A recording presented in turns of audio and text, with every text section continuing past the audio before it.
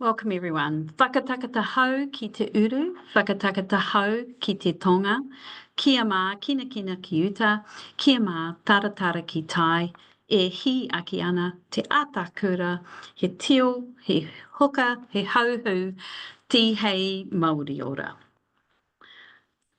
Welcome everybody, and we've got a few people who have registered who may continue to join us as we start. Hope you've all got your kai handy so that you can keep sustained as we hear Zach's presentation. This is a Kai Korero. If you haven't been before, ANZEA runs them. We're trying for the middle Wednesday of each month this year. So we've had one already. We've got another one planned next month, the middle of April. We've got my colleague Javina Jalal talking about working with the Ministry for Disabled Peoples and on an evaluation. It will be very interesting, I know. So you're welcome to come to that too. And we've already had one this year run by Sarah and her team at ACC, how they worked with NGOs on their evaluation. So just waiting for a few more people to come in before I hand over to Sarah, who is going to do to introduce Zach and talk a little bit about why we're talking about what they're doing and why it's interesting for evaluators. So kia ora koutou, and over to you, Sarah. Thank you, Ruth. So kia ora koutou, ko Sarah Tallboys toku ingoa. I manage the research and evaluation team at ACC. And as Ruth said, it's my huge pleasure to welcome Zach Penman to this online Kai Korero session. So Zach is a principal economist at the Social Investment Agency, where he specialises in quantitative social science methodologies and evaluation. And I'm pleased to say that he is a member of ANZEA. Zach's going to talk with us about the latest iteration of social investment and the role of evaluation in that. And given the record number of registrations that we've had for this session, I know that there's a lot of interest in it. So, Zach, handing over to you. Kia ora koutou, and thank you, Sarah. It is a pleasure to be with you all. As Sarah mentioned, I am an ANZEA member, and I do consider myself one of you. I was in Auckland earlier, at the end of last year, at the conference presenting on social investment and giving as much information as I could there. And I'm trying to do the same thing today. Things are moving really rapidly for social investment as a discipline across government and for us as the Social Investment Agency. There are decisions that are yet to be made by ministers, and so you'll understand that there may be questions that you have, aspirations, fears even, that I simply cannot give you an answer to today. But what I have tried to do is give as much information as possible about the state of play and about the role of evaluation in social investment. So if I begin by sharing my screen.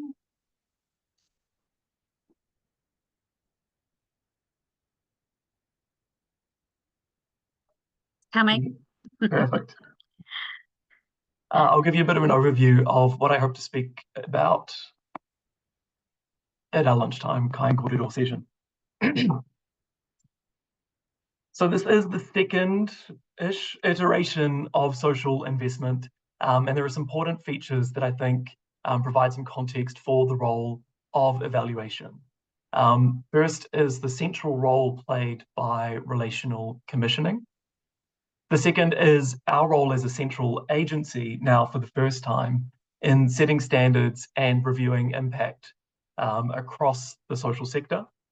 And then finally, in valuing outcomes and optimizing investment in the social sector and within different portfolios. I won't have a lot to say about that in particular. I have a colleague, the other principal economist, who's really specialized in that area, and where our focus is more on evaluation, as most of us would understand that, and in particular, the applications of evaluative thinking and our evaluation toolkit in social investment. I think it's really important to say up front that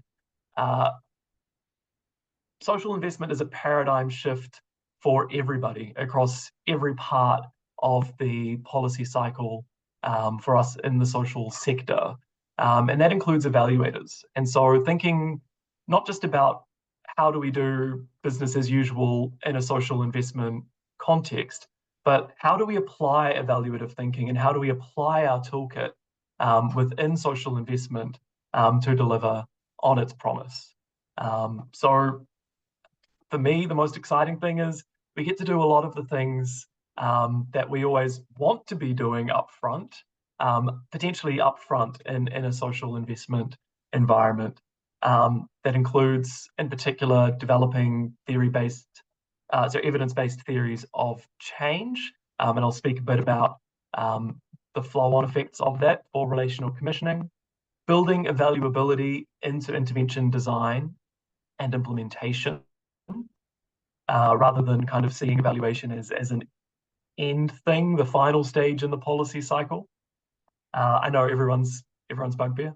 And evaluating effectiveness, of course, both counterfactually and factually, ex post. And I'll speak a little bit about methodology and epistemic evidential pluralism, because I do want to dispel some myths around social investment, but also put some confidence out there around the role of both counterfactual and factual methods. So the first thing to really understand about social investment, to frame our conversation today around the role of evaluation, is the central role played by relational commissioning.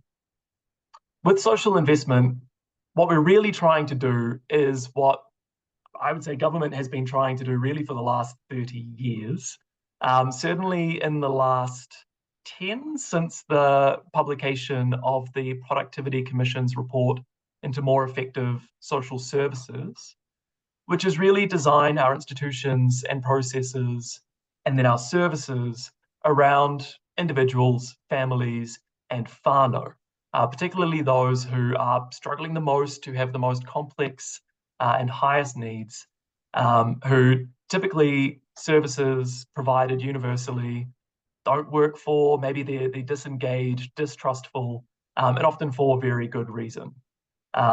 What we want to do is change commissioning rules and incentives so really government can get out of the way and enable providers to design and deliver for their communities. We want to empower kaupapa Māori and more long-term, intensive and holistic supports and navigations for individuals, families and whānau. That all should sound pretty familiar. It is. Really, this is the latest attempt at trying to institutionalize this, and we're very aware of the history and of the failures of previous attempts at trying to institutionalize this shift. I won't go too much into it because it's not really the topic for today, but that does provide you some context for the shift that we're trying to achieve. Just interrupting, Zach, these slides will be available for everyone later? Would you be able? Yes, I will make sure that they have been given final clearance to be shared. Like I said, I'm trying to give you as much information as possible within the parameters that we're working in currently. So take notes anyway. Yeah, okay, kia ora. Absolutely. You'll see that they have been shared in confidence in our talk today. The second part is our role as a central agency. That's new. Previously, the Social Investment Agency, Social Wellbeing Agency, had a fairly limited role and status within our public governance architecture. We're shifting into a new space. A lot of that is yet to be determined, but already what we can see is that our role largely is to do with improving the effectiveness and efficiency of social services. And one of our key instruments for doing that is setting standards that we hope to reset the policy cycle by putting data and evidence first, not last, and commissioning processes, really by putting a lot of the emphasis on commissioning, where previously government has held on really tightly to a lot of these processes in ways that haven't served people at the top of the triangle. And so that lines up really closely with other work that's being done, led out of MSD on social sector commissioning. And so that kind of provides some of the bigger context there for that role. Our key instrument is reviewing evidence of impact to incentivize performance. And we have developed our interim value and impact measurement standards, which were discussed at the previous Kai Korero session. So I won't go too deeply into those, except to say, really, we're asking for 3 staged levels of progress, of development. The first, is there a plausible theory of change there? Second, are we actually measuring progress? Have we defined our outcomes, and are we measuring progress to know that we're tracking in the right direction? And then finally, are we able to establish causality? And we're methodologically pluralist about this. There's not one way to answer that question. What we do care about, though, is that it is answered in a rigorous way. And we have some sort of meta-evaluation standards to assess that. We've tried this. We have looked at social sector spend in 2 portfolios, and I won't go into the specifics of that review, but what I will mention are some high-level observations from round 1 that I think will be interesting to the evaluation community. So when we looked at the evaluations and other sources of evidence for existing social programs within these portfolios, we noted a few things. First, that there's real inconsistency here, and we need to see clearly identified evaluative criteria, and effectiveness is the minimum.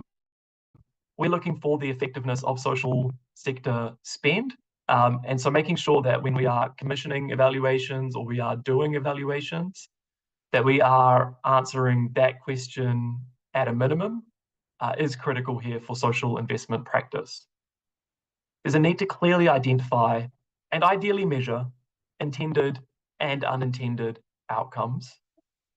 And we get that there are challenges in doing that, particularly for existing programs where we haven't been involved in the design. So getting as far up those standards as we can is good. Key evaluation questions should test hypotheses from the theory of change. We don't just want to know whether a program works, but very often how that works. And if there's a disconnect between the key evaluation questions and the theory of change, it's very difficult to answer those questions compellingly. We are open to evidential and methodological pluralism. We saw that as a fact, as an evaluation community. We bring a whole range of different skill sets and knowledges to the profession, and that's really valuable. If we're answering the questions around effectiveness, if we're measuring or at least evaluating the outcomes, then the approach to that just needs to be relevant. We're not saying that RCTs are the gold standard or anything like that. What we are looking for is rigor within whatever type of method is being applied.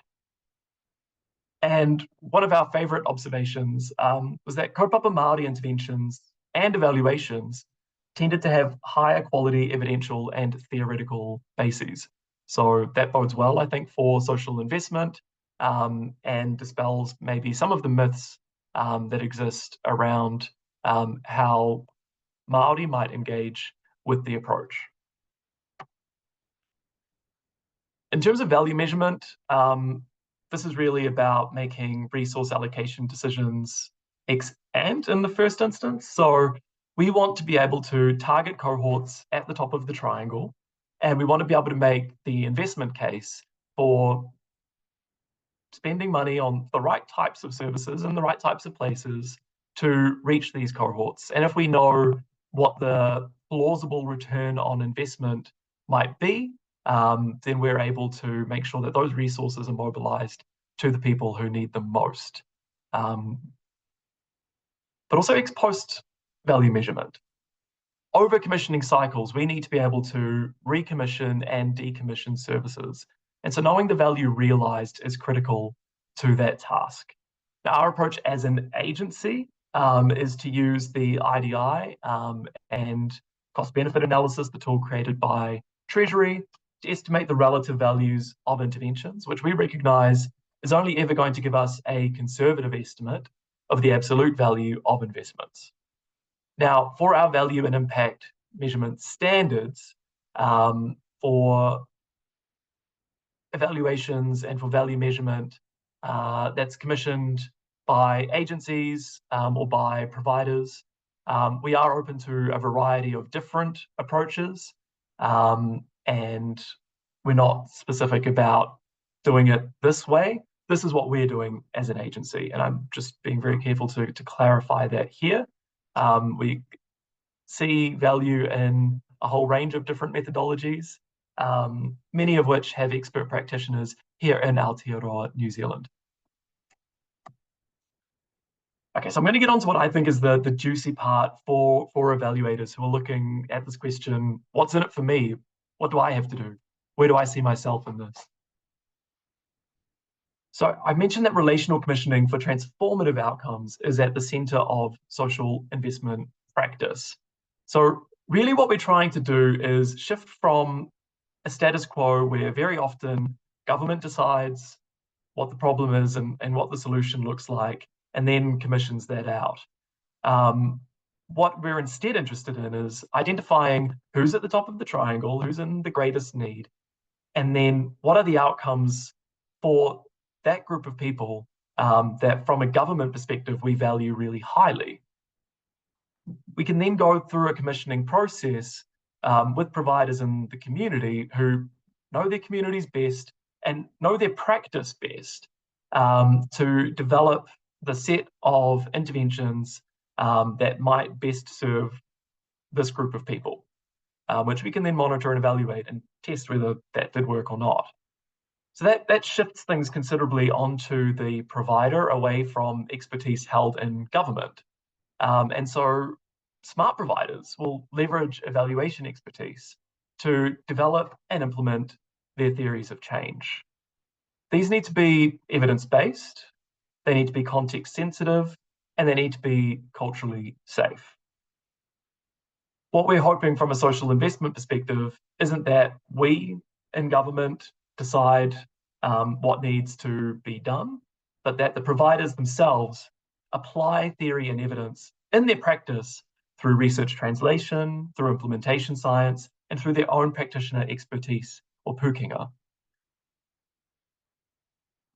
And then that kind of shifts things to embedding evaluation into the intervention design and implementation, rather than seeing seeing a theory of change as an artifact created by evaluators for an evaluation after the event. And so I think that's something that as an evaluation community, we would all celebrate. All of us would love to see theories of change actually be used in practice to shape up not only what actually gets done, but then what gets monitored and reported. And as part of the relational commissioning approach that sits at the center of social investment practice, we believe very strongly in meaningful monitoring and reporting on performance and progress towards outcomes, and on increasing the utility and utilization of monitoring and reporting data. So by getting in early and working with providers on developing their theory of change, that can then inform these later processes of monitoring and reporting and making sure that the data that we're collecting and using is genuinely meaningful, that we're getting insight and evidence from these activities beyond just the usual contractual assurance and compliance tasks. Another thing that really excites me about the possibilities opened up by social investment is a greater opportunity to build evaluation in.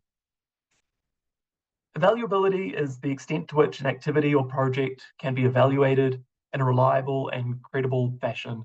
And probably all of us, either as commissioners of evaluations or as evaluators, have been struck by the challenges of trying to evaluate a program that's been designed and delivered over many years. Maybe it's mature and someone's decided, hey, now's the time to evaluate this mature program. We go in and we find that things were never set up to make evaluation possible, or design decisions were made along the way that limit our options for doing evaluation, particularly credible causal inference.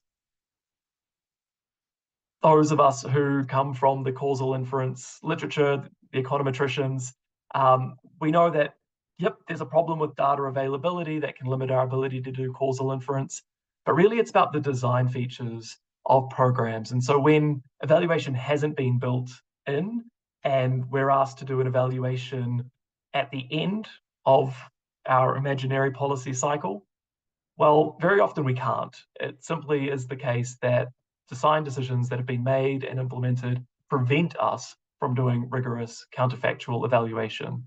And if we do anything with the data that we have available to us, probably lacks credibility.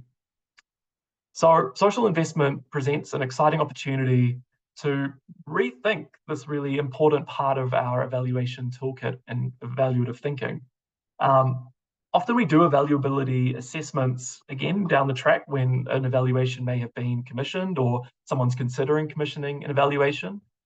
What if instead we thought about doing evaluability assessment developmentally? What if we tried to look at the criteria that we would need to do a high quality, rigorous evaluation, and instead worked with providers, with commissioners, to embed those things, those pillars, those criteria in the development, in the design and implementation of the intervention from the beginning, including through the design of data collection and measurement tools.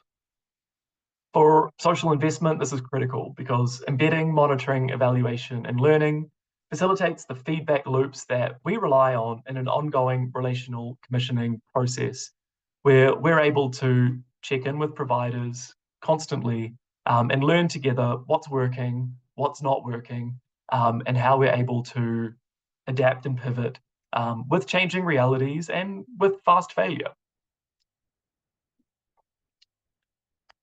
And finally, evaluating effectiveness ex post.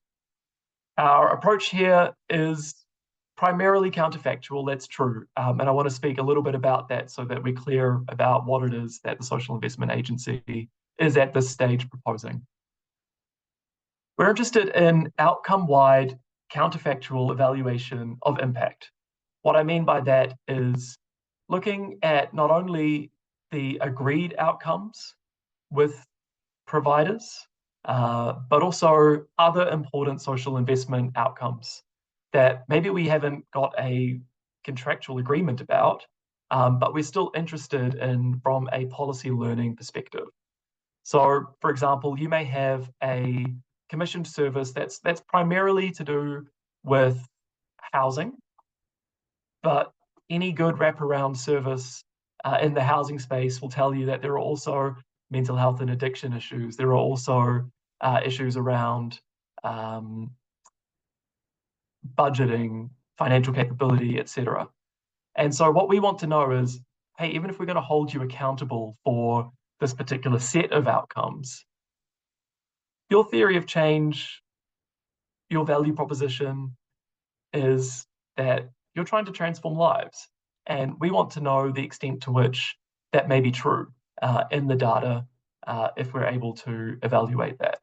And so what we want to do is have a fairly standard list of outcomes, some of which will be agreed outcomes, and all of which would be evaluated for every program that was invested in through social investment commissioning. That's not everything that will be commissioned by government. That's not everything in the social sector. That's not a standard that would apply to everything. That would be something that we would look to apply to the services commissioned sort of directly in this new kind of social investment commissioning way. Now here's the challenge, and I'm sure the econometricians in the audience will appreciate this, but all of us will have some sense of this. So regionally or locally commissioned services for target cohorts are likely, I'd say almost certainly, to violate the fundamental assumptions of causal inference. In particular, there's going to be hidden variation. So we don't know in advance exactly what combination of what intervention components might be provided to a particular client, or about their pacing, sequencing, intensity, duration. If we think of treatment using the medical paradigm, and I'm taking a Panadol, you're taking a Panadol, you're not taking a Panadol, you're not taking a Panadol, we're going to aggregate over everything and do our potential outcomes and figure out the average treatment effect of taking Panadol on an outcome like at the intensity of a headache, or the duration of a headache. Well, there we're able to do that because there's a fairly consistent intervention. Now, when everyone has their own cocktail of different medications, in this case, their own cocktail of different intervention components, that becomes really challenging, if not actually impossible. And so there's a solution, which is to shift gears from trying to evaluate the intervention directly to evaluating basically the provider. So instead of thinking about the exact recipe for any one particular client who's got this tailored wraparound service, which is what we want, instead we look at the average effect of being referred to this service for people in that cohort. That provides the level of consistency that we require to make causal inference credible. But in doing that, we've kind of created a black box within a black box, and put the juicy stuff in that black box in the black box. And so from a policy learning perspective, there may be a requirement or a need for mixed method and evidential pluralist approaches to answer key evaluation questions, particularly as we scale up social investment. We will need to learn about really what works, to use the old phrase. What are these different intervention components? What is their pacing and sequencing, their intensity and duration?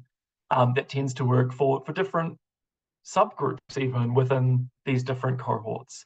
Really understanding the mechanisms and the context in order to know what can be scaled up and what the barriers may be to doing so.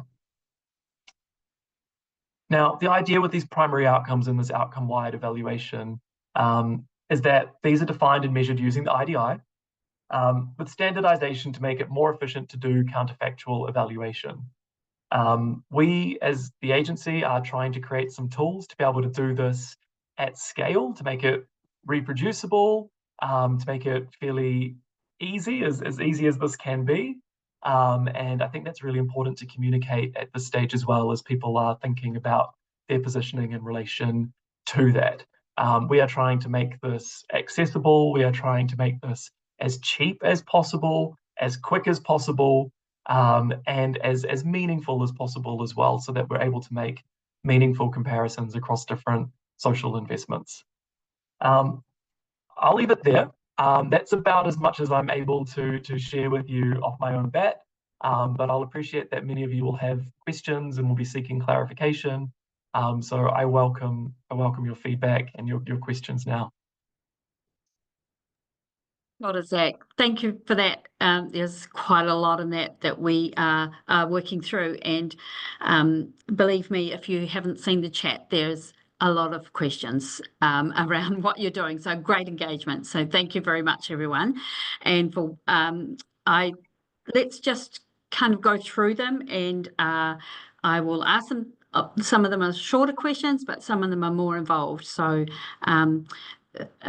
first of all, there's questions about the value and impact measurement framework and the standards. Are they available? When will they be available? The meta evaluation standards of rigor. And yeah, first of all. So I can't give you a date. What I can say is that they are sitting with the minister.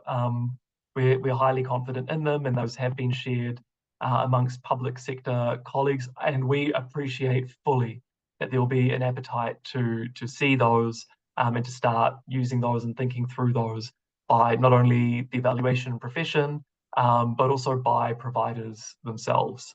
So we are doing what we can to get those made public as soon as possible. Our intention is to provide a social investment toolkit that will be totally public and totally transparent, so that everyone involved in all of the different parts of this is able to access the information that they need and make their different decisions at different levels accordingly. Thank you. Along with that question about the slides, and we understand you'll check that and see if you can. Is there a reference list for, I know you've put a couple of references in there, but are you able to provide a reference around the statements that you've made in these slides, or the literature you've used? I can, if potentially. So is there anything in particular? Susan, did you want to talk to that question? And maybe you've got another couple of questions. Perhaps you could talk to that. I just think there's some very big calls made in the framework that really require the literature to be exposed, because working in this area for some 30 years, some of the conclusions you've come to are a little bit different to where our literature reviews have actually arrived. So I'd really like to see the full literature support for the statements in the framework, especially the triangular structure. Yes. That slide and the next one. That slide and the next slide. Yeah, there's some very big calls in there. And I'm not sure whether you're looking at global literature or just the scope of your literature search. So from the observations from round one? Really just what underpins those two slides in terms of research literature. Sure, absolutely. So I'll say, first of all, that this is really the narrative for social investment as a whole. It's not necessarily just about our approach to evaluation. This is about really the history of the evolution of our public management system. And going back, I mean, for example, I've mentioned the Productivity Commission's more effective social services report, but there are reports going further back as well from both left and right-wing governments that have looked at the issues in the social sector and have listened to the voices of providers and of communities and who have sought to improve the relationship between government and providers and put individuals, families, whānau at the centre of service delivery. And in terms of the observations from round one, yeah, they are big. And I will maybe reiterate that was the observations from round one. Those aren't global observations. Those are observations that we made about the two portfolios that we looked at. And those are some sort of insights that we had across a lot of things. There was a high level of variability. I just think if you've made those calls and they're in these slides and it's an evidence-based approach, then the evidence should be available for all of us to review, because it would appear to me, just in my experience, that there seems to be a lot missing, but that's just my experience. Thanks, Susan. Sure, I appreciate that. So from Laurie, just while we're talking about the triangle, she wants to know, they want to know the top of the triangle. Who has a responsibility for identifying the top of the triangle from the SIA's perspective? Sure, so that is really challenging. Obviously, it's quite conceptual, and being able to operationalize that concept and give it a meaning in the data, but then also be able to take that meaning in the data and then apply that back in the real world is a huge challenge. And that's something that across the agency. We have multidisciplinary teams working on. There are different ways of going about the task. One way is to take a theory-based approach and test certain hypotheses around the levels of need experienced by known cohorts. Another way is to essentially let the data speak and have the cohorts emerge from the underlying distributions in the data. We're looking actively at both ways of defining those cohorts, but a really important thing to share with this group is that whatever the approach that we take analytically, there's a next step that's always going to be critical, which is the human step. There needs to be the sense checking, and there needs to be validation against the literature, the existing theory, and the practical knowledge of expert practitioners in the community, and people who know their communities, right? They need to turn those insights into something meaningful for them and the people in their communities. And so there's a degree of negotiation and sense making and triangulation that will always be necessary in identifying those cohorts in the top of the triangle, but supported by the data and the capabilities that we have at the SIA. Craig asks, will evaluations that are supplied by commercial consultants be tested for a rigorous process and be disputed if they're found to lack rigour? Craig says they're concerned some commercial consultants have been found to be lacking in this. Yeah, so in a previous incarnation, I was on the Publications Committee for the Ministry of Social Development. And so I've seen a lot of this in action, and I understand a lot of the concerns both on the side of commissioners, but also on the side of commercial evaluators who can feel kind of messed around at the end of the process very often. I think we have an interest in improving the commissioning of evaluation across the board. That's not officially part of our work program, but we do have an interest.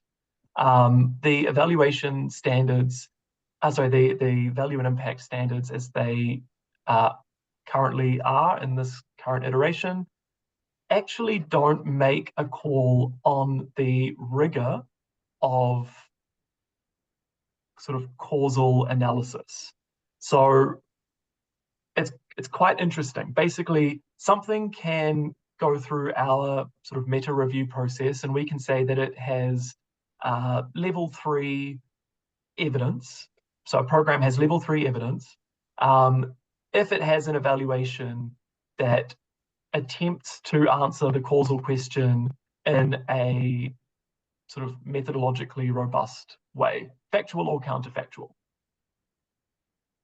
The actual credibility of the method in application is not part of that evaluation. So, and nor is the finding. So you could have 2 really interesting cases where something has level 3 evidence, but actually the evidence says that the program's not effective at all.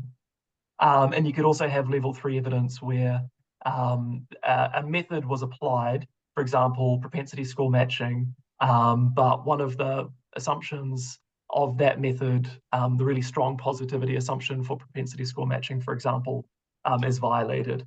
And we would pass over that in silence. So really important to basically just as a community uphold those standards and through the commissioning process to uphold those standards. And that's about better commissioning.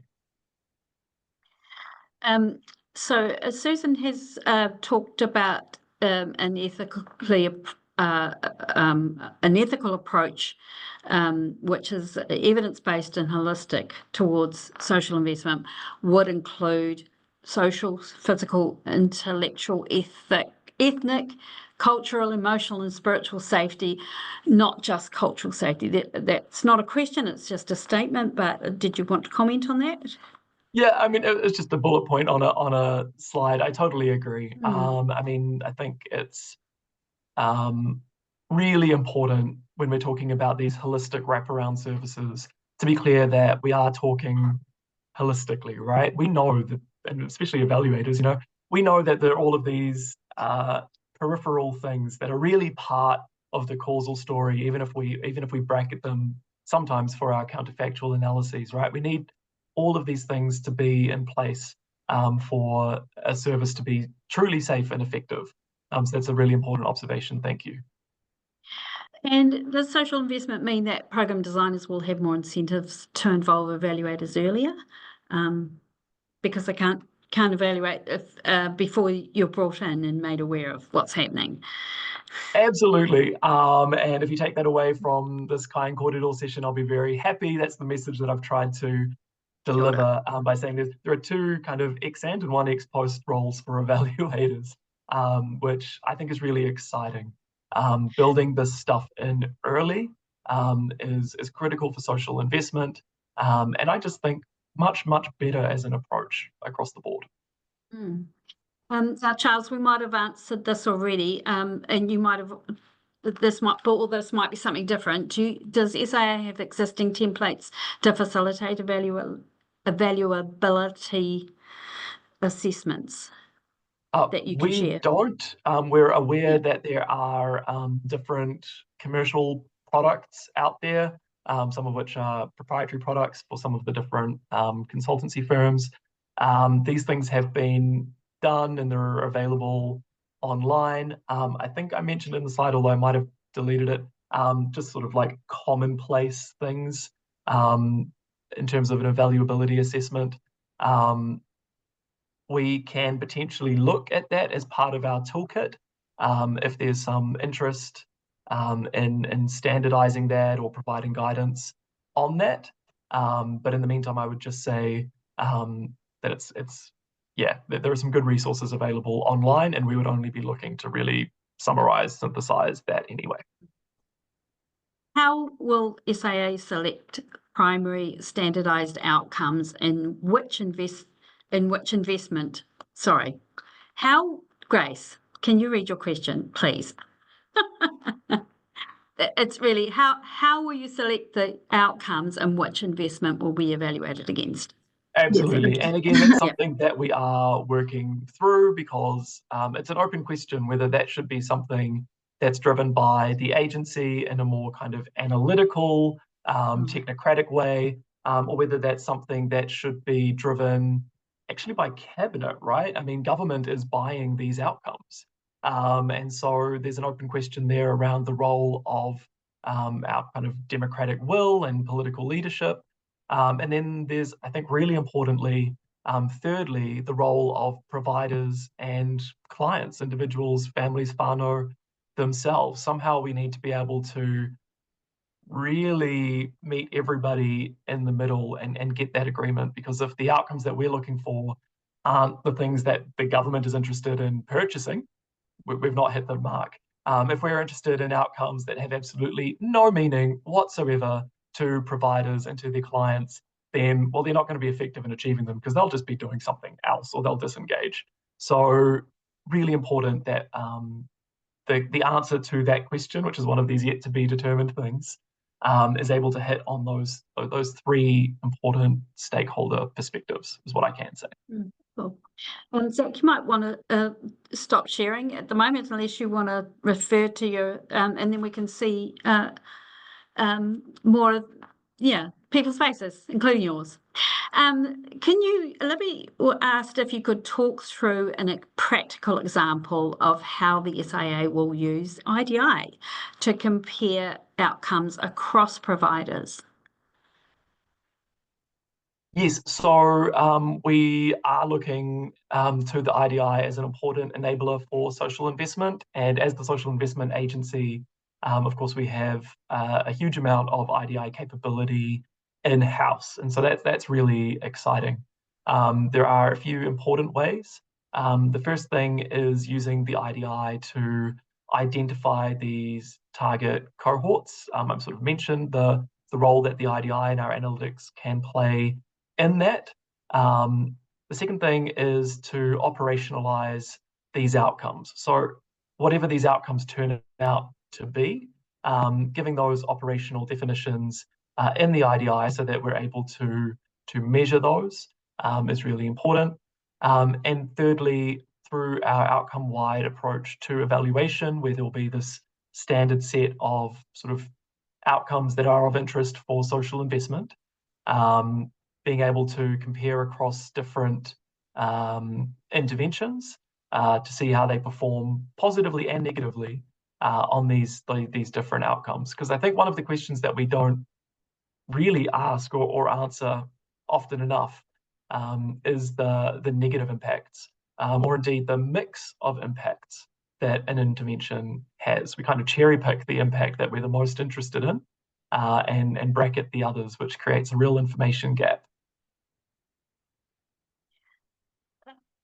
Emma makes the point that many social problems are complex and cross portfolio budget vote boundaries, not simple input-output scenarios, of course. Like, for example, she gives you an example of the provision of good quality affordable housing, which reduces spend in the health sector. Is the SIA engaging with how we can realise this meaningfully? It will have consequences for broader public finance processes. Absolutely. And again, there are decisions to be made. And so there is a limit to what I can say about what our proposals are. But that is the problem that we're trying to solve. So part of that is this outcome-wide approach to evaluation, because we anticipate that, yeah, for example, a housing initiative will have positive impacts on health.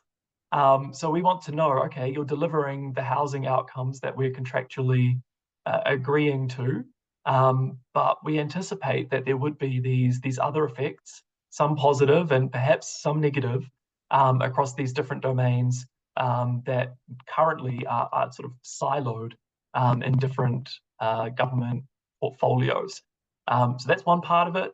The other part is the commissioning and being able to mobilise the resources to where they need to go, to the people that they need to go to, in ways that break through the existing silos created by the Public Finance Act and our existing systems of public accountability.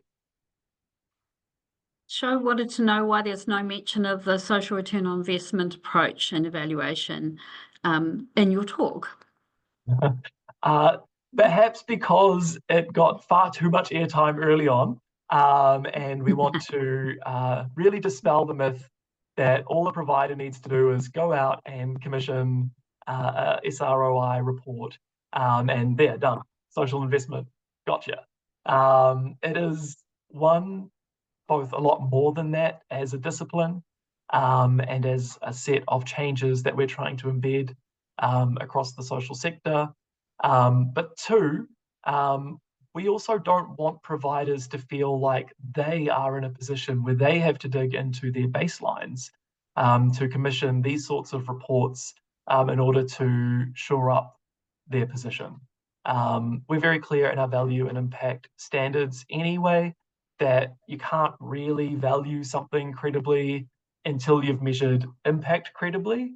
And SROI reports are mixed in their ability to do that. Very often they rely on assumption. So that's a bit of a challenge.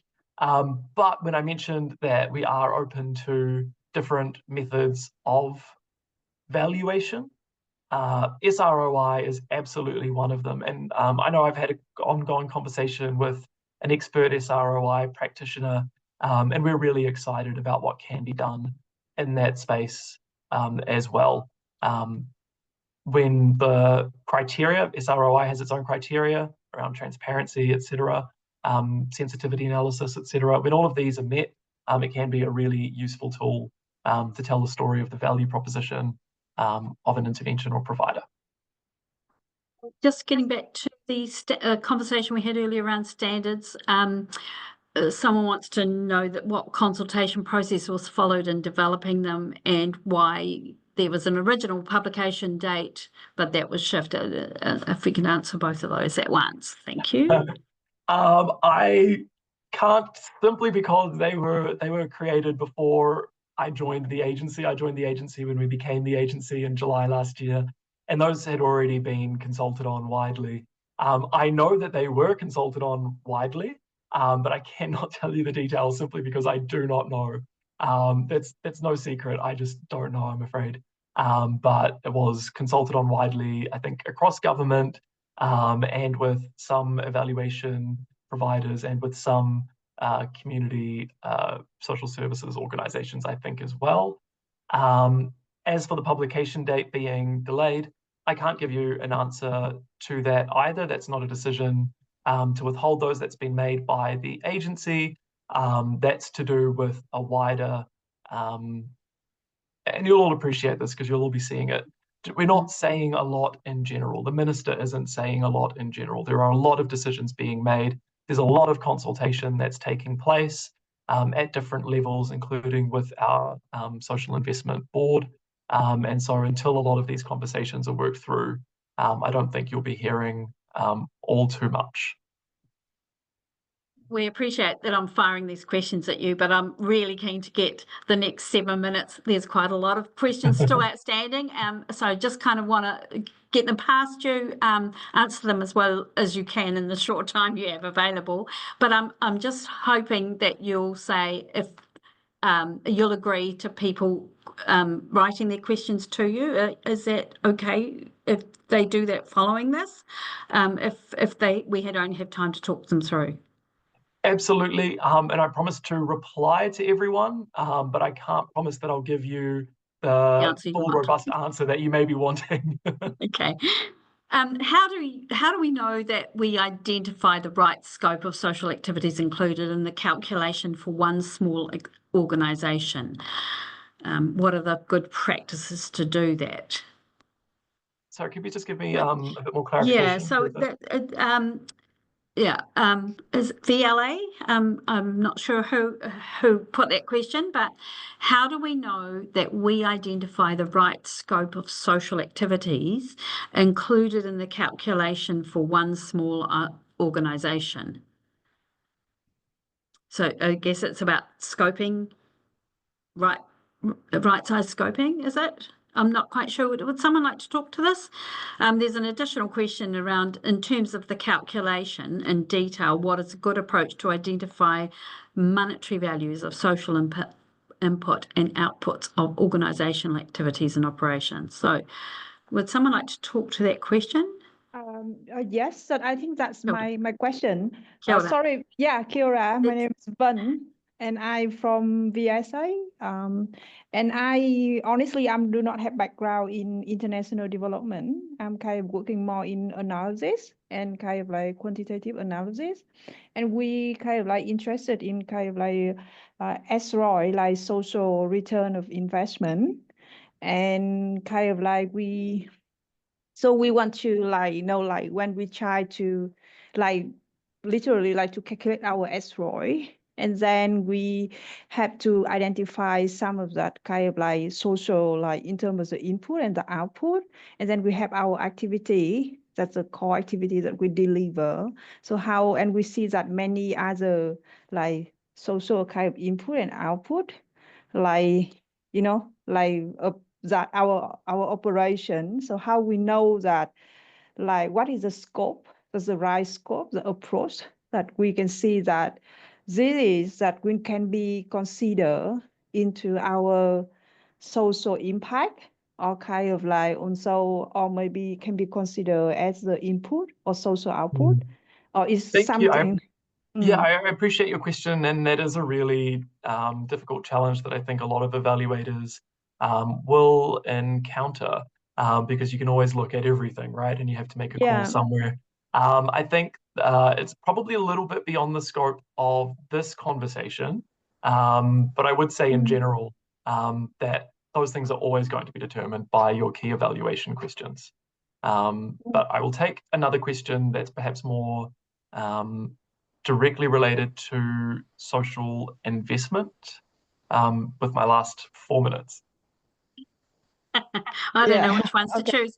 Maybe Sarah, can you just pick up some of the things that you've seen in the questions around the CBACs and what else was there? Something else. Yeah, I was Yeah. just saying, Zach, that there's been quite a lot of interest, and it is really around the calculation of return on investment and the use of the IDI and CBACs for that, and the practicalities around that, especially for small NGOs.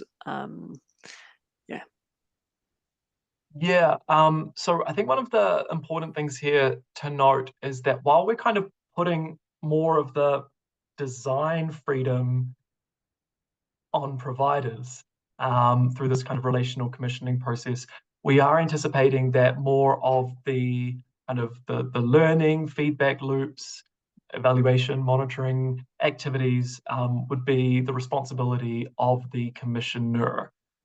So we completely appreciate that a lot of the social investment disciplines that we're looking to embed across the sector simply demand too much of providers if we were to expect that of them, and so we don't. Those things are for us to try and build the tools to be able to do at scale by commissioners rather than by the providers. Now, I realise we're 2 minutes to finish. I know Kara's on here and she's got a few questions. Is there anything else just to finish? We know there's quite a few questions still outstanding and we hope you'll engage with Zach. Kara, did you want to say something? Yeah, Zach, I just wanted to once again say a big thank you for joining and sharing this with us. And I guess I've got a little, not a provocation, but just to circle back to the comments or the points, I should say, around theory, theory-based evaluation.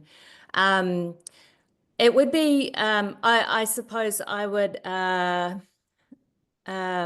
challenge the Social Investment Agency to test its own theory as well around the capacity for the uptake and application of the approaches here, because there is a lot of assumptions sitting in our capacity to be able to deliver that.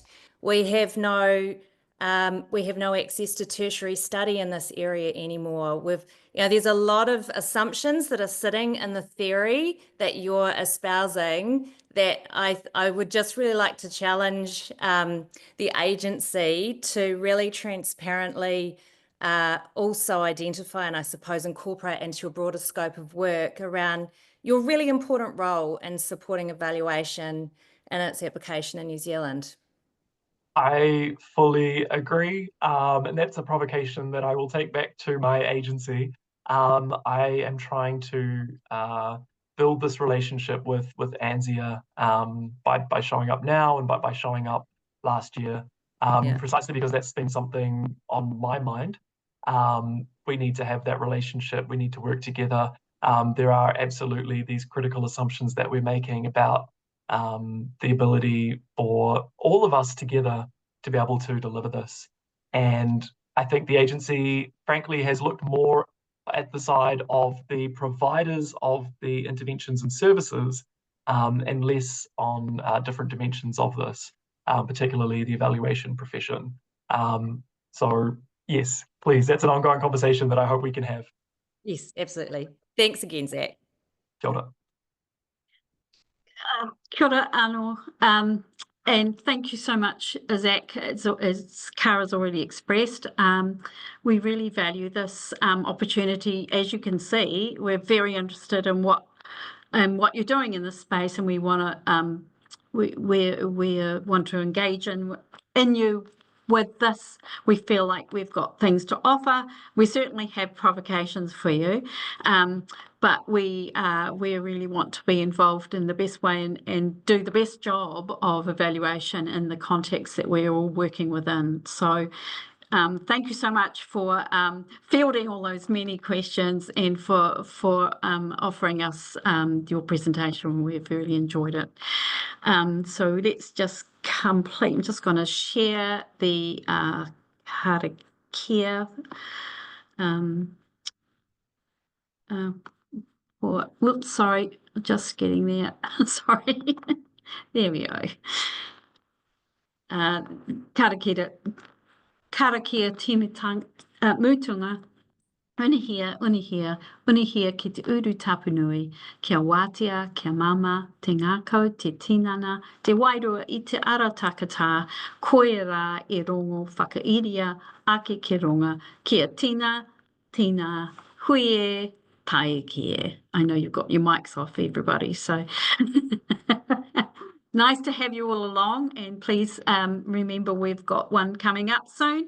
If you need to talk to Zach, you'll have his email in your invitation. So thank you for attending, everyone, and enjoy the rest of the day. Mā te wā. Thank you, Zach. Thank you, everybody.